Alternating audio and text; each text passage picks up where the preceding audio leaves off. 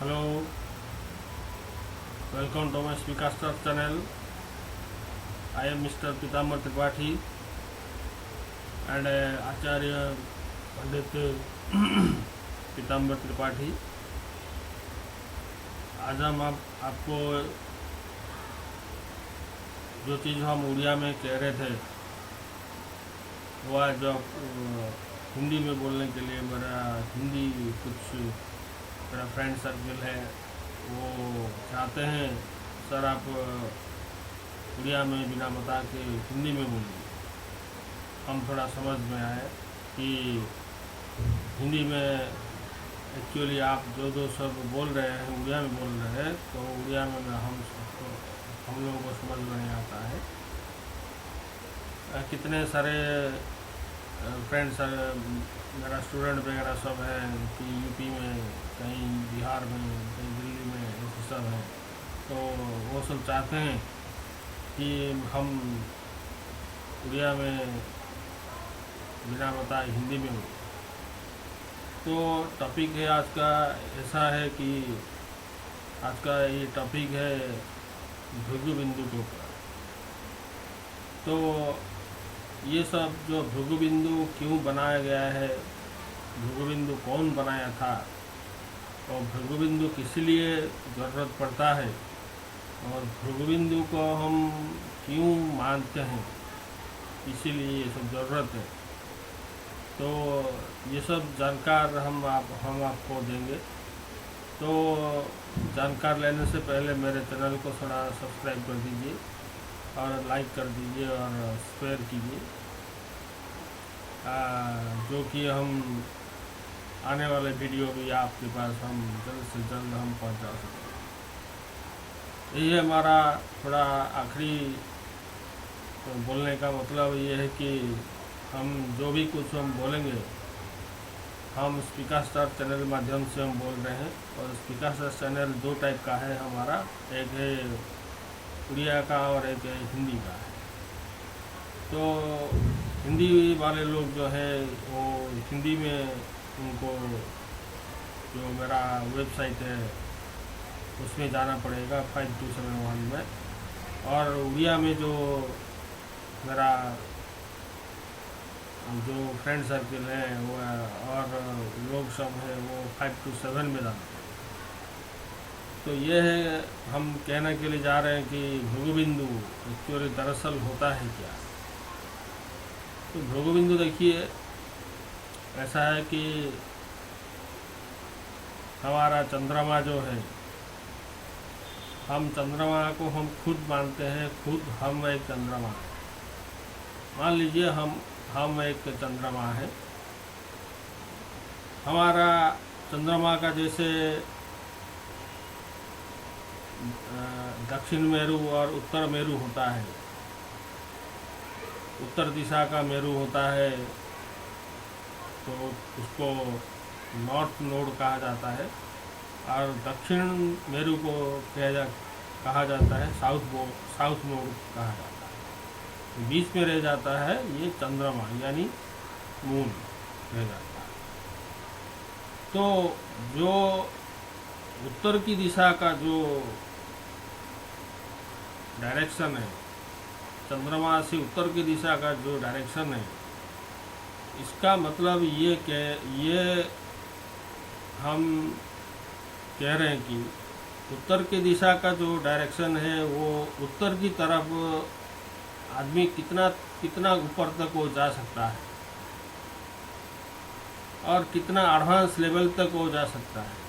क्योंकि आजकल ज़माने के कलयुग के ज़माने में राहु का ही बहुत ही ज़्यादा असरदार है। और जैसे सत्ययुग ये सब जो था उसमें केतु का था बहुत ही, मतलब केतु होता है कि रामायण महाभारत जैसे गीता पौराणिक मतवाद और परंपरा ये सब केतु में आता है। और राहु जो कि है जो मतलब नॉर्थ नोड है वो एडवांस की तरफ वो चलने के लिए मतलब वो हमेशा तत्पर रहता है।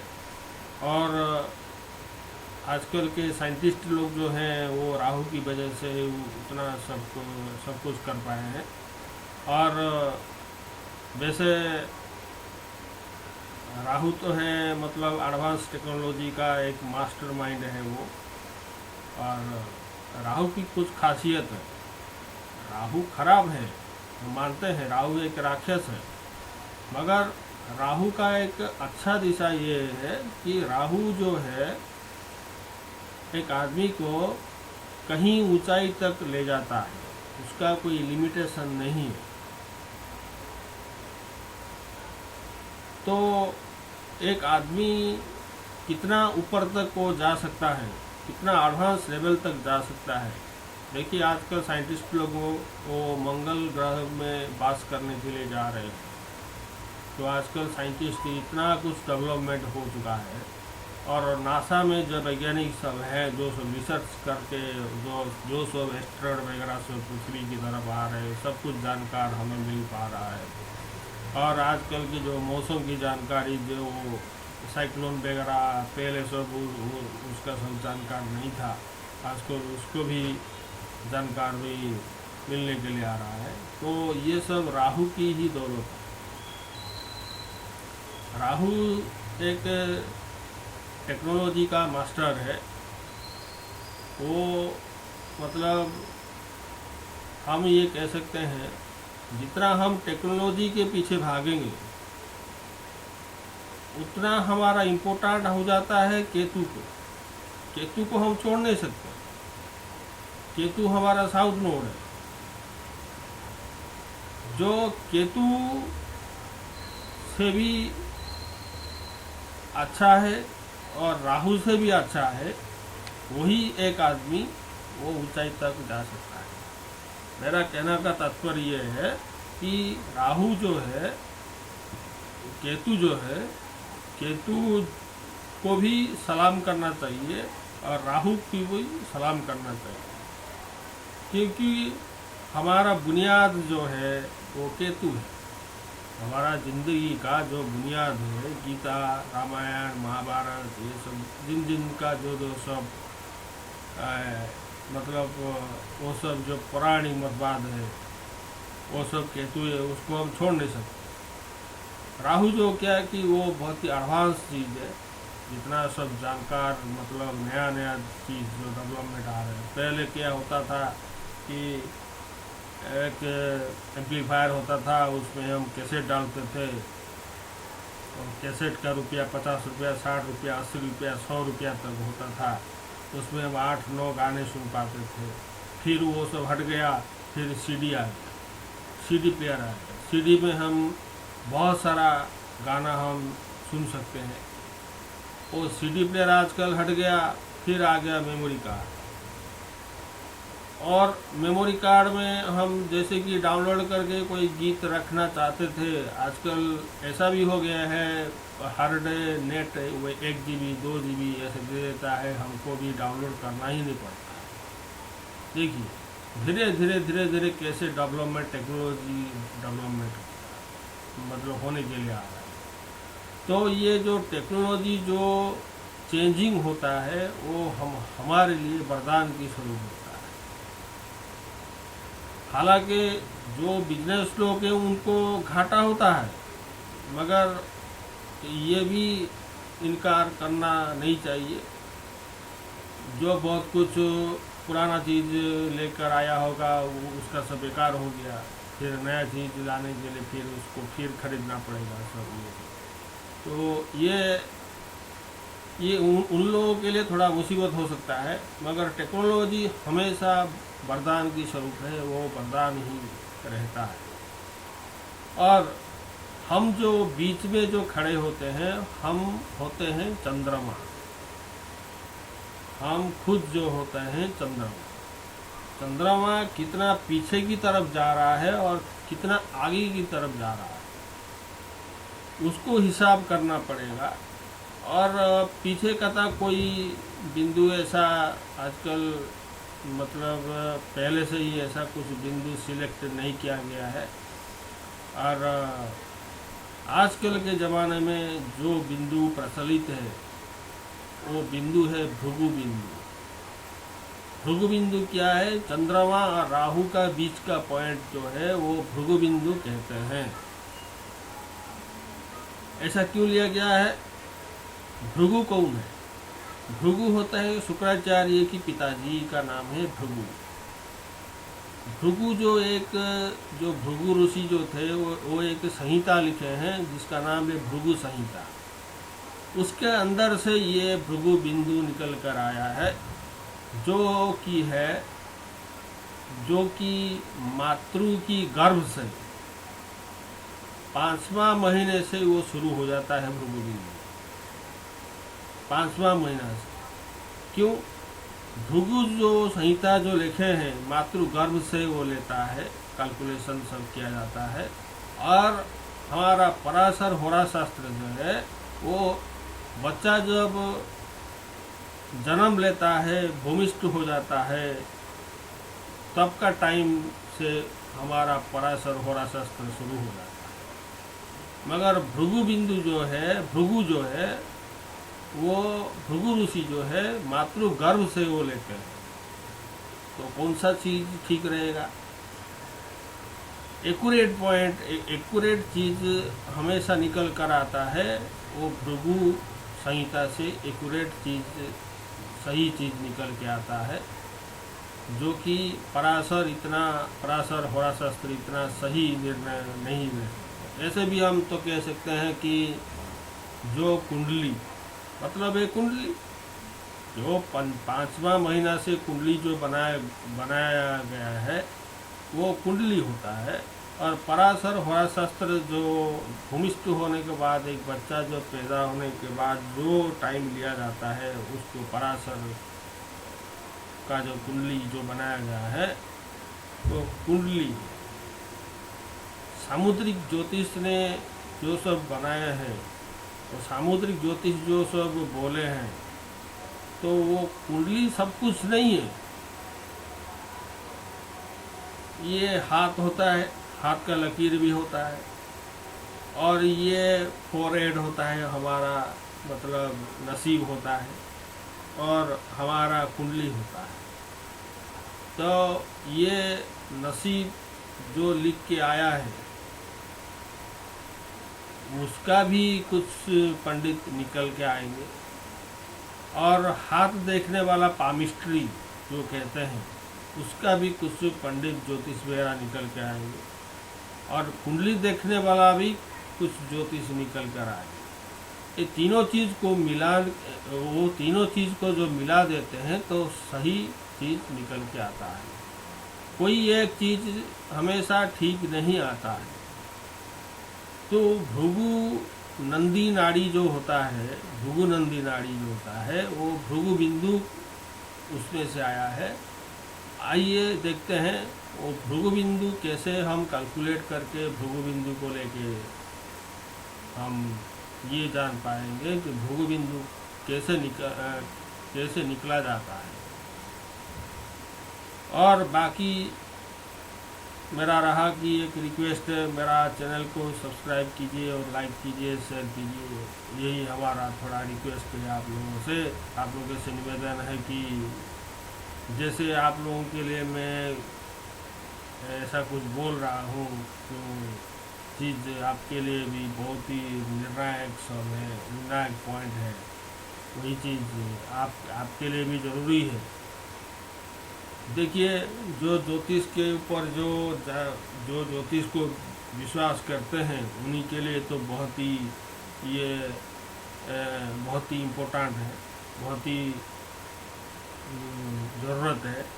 जिसके लिए ज्योतिष कुछ नहीं है उसके लिए कुछ भी नहीं है। तो भृगु बिंदु जो है, जो चीज़ इंटरेस्टेड आदमी सब हैं, भृगु बिंदु को जो जानकार लेते हैं, तो भृगु बिंदु हम कैसे कैलकुलेट करें, आइए देखते हैं। सबसे पहले हम कुंडली को देखेंगे। कुंडली में राहु कहाँ पर बैठा है और चंद्रमा कहीं पे कहाँ बैठा है। तो जैसे कि मान लीजिए किसी का राहु मीन राशि में बैठा है और उसका डिग्री है 7 डिग्री 40 मिनट, और चंद्रमा बैठे हैं तुला राशि में, जो कि है कि 14 डिग्री 47 मिनट बैठे। तो ये जो राहु केतु हमेशा उल्टा चलने की वजह से एक राशि का डिग्री होता है, एक राशि का संपूर्ण डिग्री होता है 30 डिग्री। ऐसे 12 राशियां होते हैं। 12 को जब हम गुणन करते हैं, 12 के साथ 30 जो गुणन करते हैं वो 360 डिग्री पूरा हो जाता है। तो एक राशि 30 डिग्री का होता है। तो राहु का जैसे उल्टा चलने की वजह से उसका डिग्री माइनस किया जाता है। जो 7 डिग्री 40 मिनट है उसको माइनस किया जाएगा 30 डिग्री से। तो जैसे माइनस किया जाएगा उसका डिग्री आता है, निकल कर आता है 22 डिग्री और 20 मिनट ऐसे निकल के आया है। ये हो गया मीन राशि का। मीन राशि का डिग्री हो गया राहु का, मतलब जो उल्टा चलने का जो डिग्री था वो ख़त्म होके जो सही चलने का जो हर ग्रह जैसे चलने का जो डिग्री है वो आ गया 22 डिग्री 20 मिनट। उसके बाद चंद्रमा जो है वो 14 डिग्री 47 मिनट। चंद्रमा तो कोई उल्टा उनका गति नहीं है। तो अभी देखेंगे राहु तो हो गया मीन राशि में 22 डिग्री 20 मिनट हो गया। उसके बाद मेष राशि, उसके बाद वृष राशि, उसके बाद मिथुन राशि, उसके बाद कर्क राशि, उसके बाद सिंह राशि, उसके बाद कन्या राशि, उसके बाद जाके चंद्रमा बैठे हैं तुला राशि में 14 डिग्री 47 मिनट। तो मेरा कहने का मतलब है ये 22 डिग्री 20 को अलग करके रखिए और 14 डिग्री 47 को अलग करके रखिए, और बाकी बीच में जो रहा हर राशि 30 डिग्री का है। तो मेष राशि 30, वृष राशि 30 तो 60 हो गया, मिथुन राशि हो गया 30, ये हो गया 90 डिग्री, और कर्क राशि हो गया ये हो गया 30 डिग्री मतलब 120 डिग्री, और सिंह राशि हो गया तो ये 150 डिग्री हो गया। उसके बाद कन्या राशि हो गया ये हो गया 180 डिग्री। तो हम कैसे निकल कर आता है भृगु बिंदु, हम आपको एक कैलकुलेशन देते हैं। जो मीन राशि में निकल कर आया 22 डिग्री 20 मिनट, उसके साथ 180 डिग्री को जोग कर दीजिए। उसके साथ तुला डिग्री में जो बैठा है जो चंद्रमा, उसका डिग्री जो 14 डिग्री 47 मिनट है, उसको सारा सब कुछ उसको जोग कर दीजिए। योग करने के बाद आया कितना, योग करने के बाद आया कि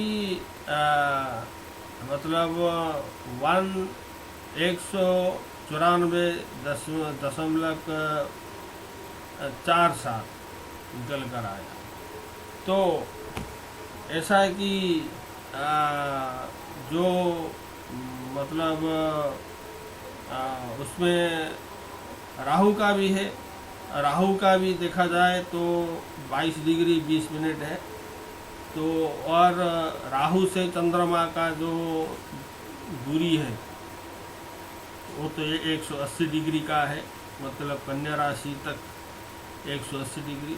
फिर मून का हो गया, चंद्रमा का हो गया 14 डिग्री 47 मिनट। ये तीनों को मिला लीजिए।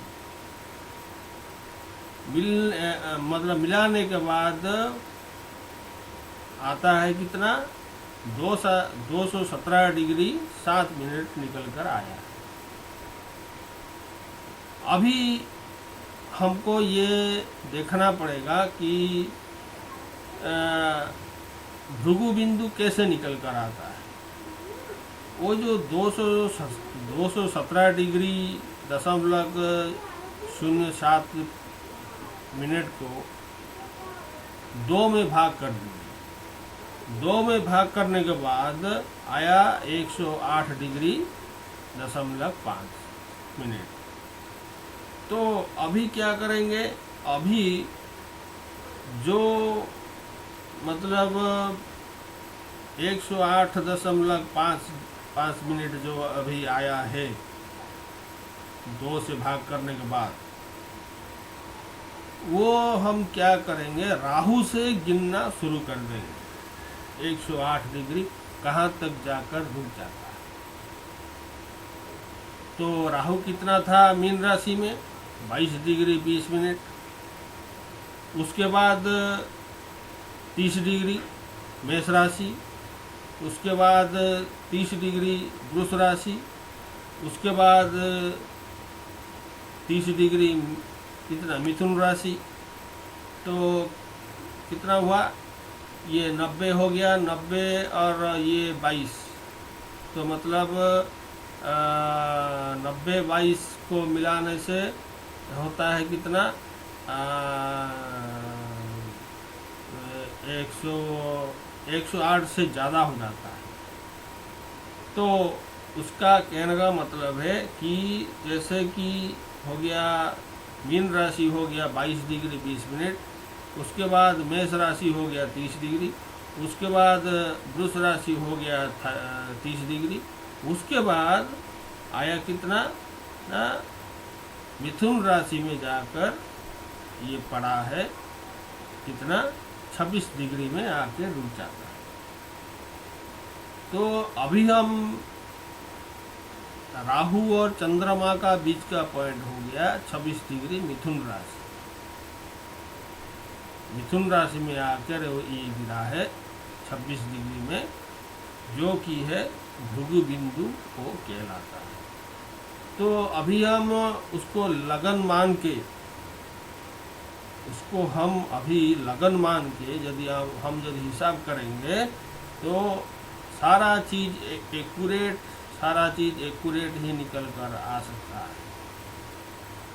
देखिए हमारे वर्ल्ड में बहुत सारा एस्ट्रोलॉजर है, किसी को ये पता था कि कोरोना एक चीज़ आ सकता है, ऐसे कुछ भविष्यवाणी ऐसे कुछ किसी ने पहले से कोई बोला था? नहीं बोले थे। जब कोरोना आया तभी जाके सब एक एक निकल कर बोलने लगे कि ऐसे ऐसे सब होगा। तो ये जो छोटा सब जो एस्ट्रोलॉजर जो मतलब जो है सब वर्ल्ड में, वो चीज़ क्या है कि वो सारा चीज़ को पकड़ते नहीं है। खाली क्या हो गया कि ऐसे सब सूर्य, चंद्रमा, मंगल, बुध, बृहस्पति और शुक्राचार्य और शनिश्चर, राहु, केतु, चंद्रमा, ये इन सब 9 ग्रहों को पकड़ के वो चलने लगते हैं। उसके बाद यूरानियस, नेपच्यून, प्लूटो कहीं चला गया, उसको कोई कैलकुलेशन करता भी नहीं है।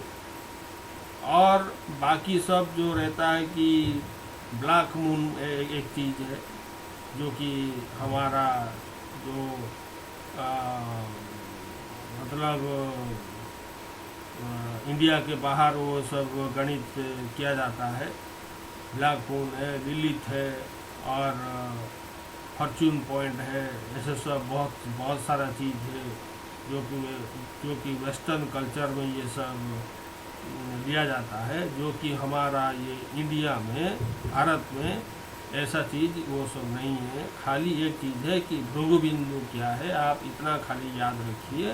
भृगु बिंदु उसका मिथुन राशि में जाकर गिरा है 26 डिग्री। तो 26 डिग्री किसका है अभी देखना पड़ेगा। 26 डिग्री किसका है ना, 26 डिग्री हो गया कि जैसे कि आपका मतलब कितना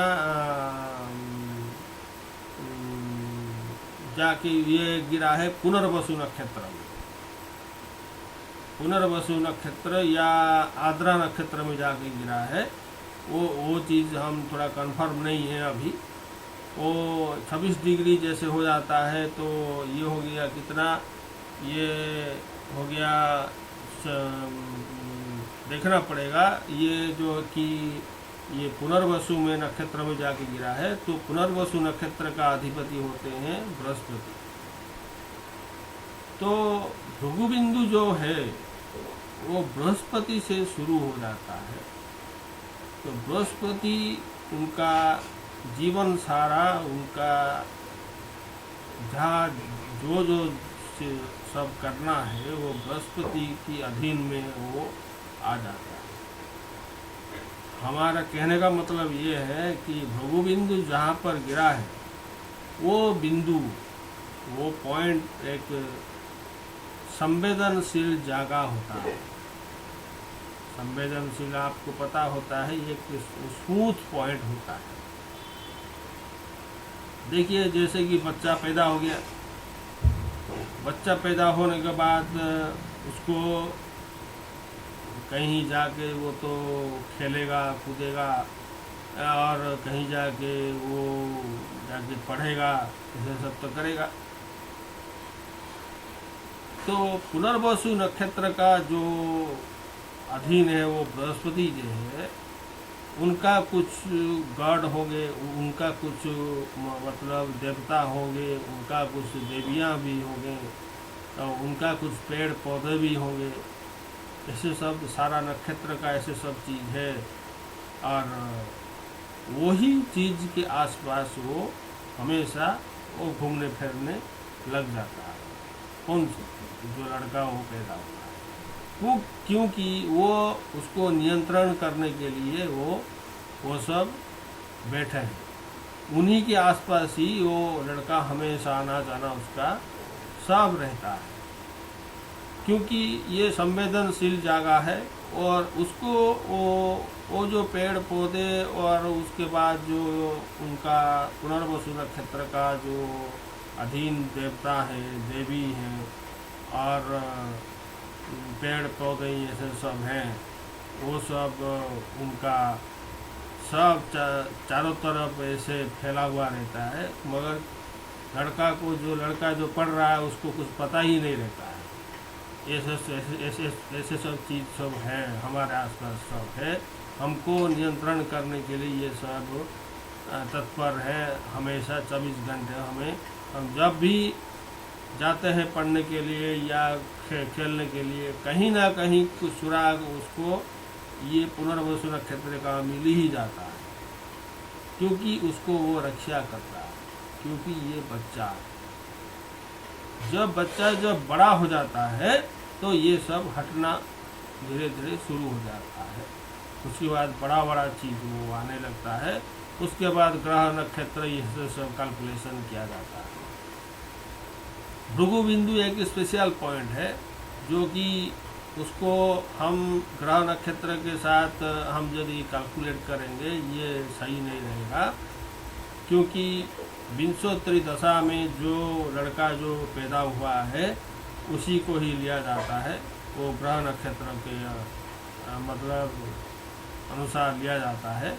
जैसे मतलब मान लीजिए ये तुला राशि में पैदा हुआ है 14 डिग्री और 47 मिनट, उसका मतलब है ये मतलब कितना ये हो गया स्वाति नक्षत्र में वो पैदा हुआ है। तो स्वाति नक्षत्र का अधीन होता है राहु। राहु ग्रह से वो जन्म मतलब वो विंशोत्तरी दशा में राहु उनका मतलब पैदाइशी का ग्रह है। तो ऐसे सब हिसाब किया जाएगा। मगर ये भृगु बिंदु जो है वो एक स्पेशल पॉइंट है, वो एक स्पेशल बिंदु है जो कि वो उसको रखने के लिए, उसको सही तरीके से सही चीज़ उसको दिलाने के लिए वो हमेशा वो लड़का का पास नहीं हमेशा रहने लगता है। तो मेरा कहने का मतलब ये है कि बच्चा जब छोटा होता है, ये ग्रह क्या होता है, नक्षत्र क्या होता है, उसको कुछ ही पता ही नहीं चलता है। पता ही नहीं रहता, उसको क्यों पता रहे? तो फिर ये सब करके ये जो चीज़ है, ये सब चीज़ इसलिए हम बोल रहे हैं कि ये सब चीज़ इसलिए सब किया जाता है कि वो हमेशा कम से कम वो जानकार होने तक, लड़का जानकार होने तक ये सब चीज़ हमेशा उसके आसपास ही रहने लगते हैं। और कोई बड़ा होने के बाद जैसे पुनर्वसु नक्षत्र का भी कोई चीज़, जैसे डॉक्टर वगैरह भी हो जाते हैं। पुनर्वसु नक्षत्र का जैसे कि बृहस्पति है, उनके मालिक हैं, उनके देवता हैं, उनका ग्रह है बृहस्पति। तो बृहस्पति का जैसे होता है डॉक्टर डिग्री, एसएसएल, वो सर्जन वगैरह भी बहुत सारे होते हैं, या पृष्ठ वगैरह हो जाते हैं, या पुरोहितगिरी भी करते हैं, और देवताओं का भी मतलब हमेशा गुण गाने लगता है। ऐसे सब बृहस्पति का ऐसे उनको हम कहना चाहिए, और कहते भी हैं जब, क्योंकि इसलिए कि बृहस्पति देवों का मतलब गुरु है, तो वो हमेशा देवताओं की तरफ वो लड़का भागने लगता है। तो इसीलिए वो संवेदनशील पॉइंट जो है, संवेदनशील जगह जो है, वो पुनर्वसु नक्षत्र का होता है। पुनर्वसु नक्षत्र में जो पॉइंट जो 26 डिग्री में जो गिरा है, वो 26 डिग्री को उसको आधार लेकर ये सब मतलब भृगुबिंदु लड़का जब जानकार रहने तक वही चलने लगता है। तो ये था हमारा भृगुबिंदु का मतलब कैसे निकालना चाहिए। खाली सिंपल सा मेथड है कि राहु का जितना डिग्री है वो 30 डिग्री से माइनस कर दीजिए, बाकी का जो रहा उससे चंद्रमा जहाँ तक है वो जैसे तुला राशि में है, मेष, वृष, मिथुन, कर्क, सिंह, कन्या, ऐसे सब मिला के 180 डिग्री हो गया। उसके बाद तुला में 14 डिग्री 47 मिनट उसको मिला लीजिए। ये तीनों को मिलाने के बाद जो आया उसको 2 से भाग कर दीजिए। भाग करने के बाद राहु से गिनना शुरू कर दीजिए, तो कितना पॉइंट से आकर वो आके गिरता है, कितना पॉइंट से आकर 108 डिग्री हो जाता है, वही बिंदु उसका भृगु बिंदु होता है। भृगु बिंदु जो है वो भृगु संहिता नाम का एक भृगु संहिता, भृगु ऋषि जो बनाए हैं उसी से वो निकल कर आया है। वो भृगु नंदी नाड़ी को नाड़ी शास्त्र है। आपको पता होगा नाड़ी शास्त्र कितना एक्यूरेट चीज आता है। तो ये भृगु नंदी नाड़ी का है, ये जो भृगु बिंदु जो है वो वहीं से निकल कर आया है। तो उसी से कुछ ना कुछ हमको जानकार हम दे पाए हैं।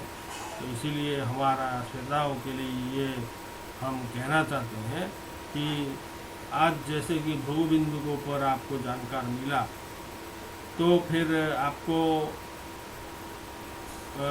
ये भी कहना चाहता हूँ कि भृगु बिंदु को समझिए और उसी को क्या क्या चीज़ वो कहते हैं, वो कैसे कैसे निकल कर आता है। छोटे बड़े एस्ट्रोलॉजर जो कि अभी जो सब ट्रेनिंग ले रहे हैं उनके लिए भी ये भी बहुत ही ज़रूरत है। और तो इसीलिए वो भृगु बिंदु जो चीज़ है, भृगु बिंदु कैसे निकल कर आता है। हालांकि अभी तो ब्लैक बोर्ड हमारा मतलब वाइट बोर्ड वगैरह तो नहीं है, तो नहीं तो हम आपको हिसाब करके पूरा दिखा देते तो भृगु बिंदु कैसे निकल कर आता है। अभी हमने जो भी हमने सब कह डाला सब जुबान में मतलब कहकर आपको समझाए हैं, मगर उसके लिए एक वाइट बोर्ड चाहिए जिसमें आपको पूरा हिसाब करके दिखाएंगे हम कि ऐसे ऐसे चीज़ सब भृगु बिंदु सब निकल कर आते हैं। तो अभी भृगु बिंदु आपको समझ में आ गया होगा मेरा ख्याल से। तो मतलब मैं जो पीताम्बर त्रिपाठी मुझे अभी आज्ञा दीजिए। और मेरा ये निवेदन आप लोगों के से है कि आपको मेरा चैनल कैसा लगा, मेरा कहने का तात्पर्य कैसे रहा, उसको सही से जांच लीजिए, परख लीजिए। और हर चीज़ को आप देखिए, बहुत सारा एस्ट्रोलॉजर भृगु बिंदु बनाए हैं, हमारा कैसा रहा आपको उसको देखिए। देखने के बाद आपको ये पता चलेगा कि भृगु बिंदु क्या होता है और कैसे उसको कैलकुलेट किया जाता है।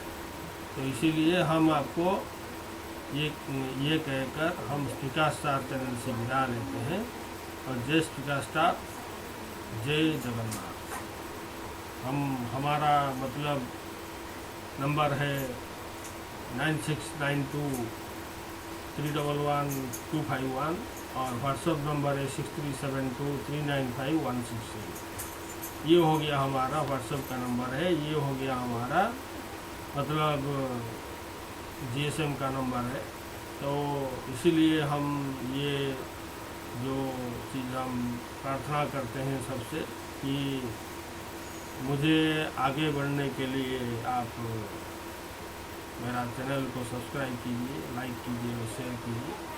तभी जाके हमको कुछ चीज़ मिलेगा कि आगे हम बढ़ पाएंगे। हाँ, हमारा लाइकिंग आया है, हमारा चैनल को सब्सक्राइब किए हैं, तो ये मानकर हमको चलना पड़ेगा। तो आगे के लिए बहुत सब चीज़ है। हम आपको स्पीकर स्टार चैनल जो बनाए हैं, वो स्पीकर स्टार जहाँ गिरता है, स्पीकर स्टार कहाँ गिरता है, ये कन्या राशि में गिरता है। और कन्या राशि में जो मतलब भृगु राशि मतलब जो कन्या राशि में गिरता है, कन्या राशि का लास्ट पॉइंट जो है, जो 29 डिग्री 29 डिग्री और 59 मिनट लास्ट डिग्री में जाकर वो गिरता है, तो वही होता है स्पीकर स्टार होता है। ये एक उसको कहा जाता है, एक कबालिस्ट स्टार कहा जाता है। और यूनिवर्स में वो बहुत ही चमकीला वाला एक स्टार होता है, नक्षत्र होता है। वो नक्षत्र में जो पैदा होते हैं कि आसपास भी जो ग्रह होते हैं, वो बहुत ही चीज़ वो डेवलपमेंट की तरफ वो ले जाता है। वो इसीलिए स्पीकर स्टार को हमने चुना है। मेरा नाम के साथ वो हमने स्पीकर स्टार को जोड़े हैं। स्पीकर स्टार को लाइक कीजिए, शेयर कीजिए और स्पीकर स्टार का कुछ स्पेशल पॉइंट आपको जानकार मिलेगा। हर एस्ट्रोलॉजर से थोड़ा अलग टाइप का आपको मिलेगा। तो इसलिए हमें विदा दीजिए। जय जगन्नाथ, जय उड़ीसा।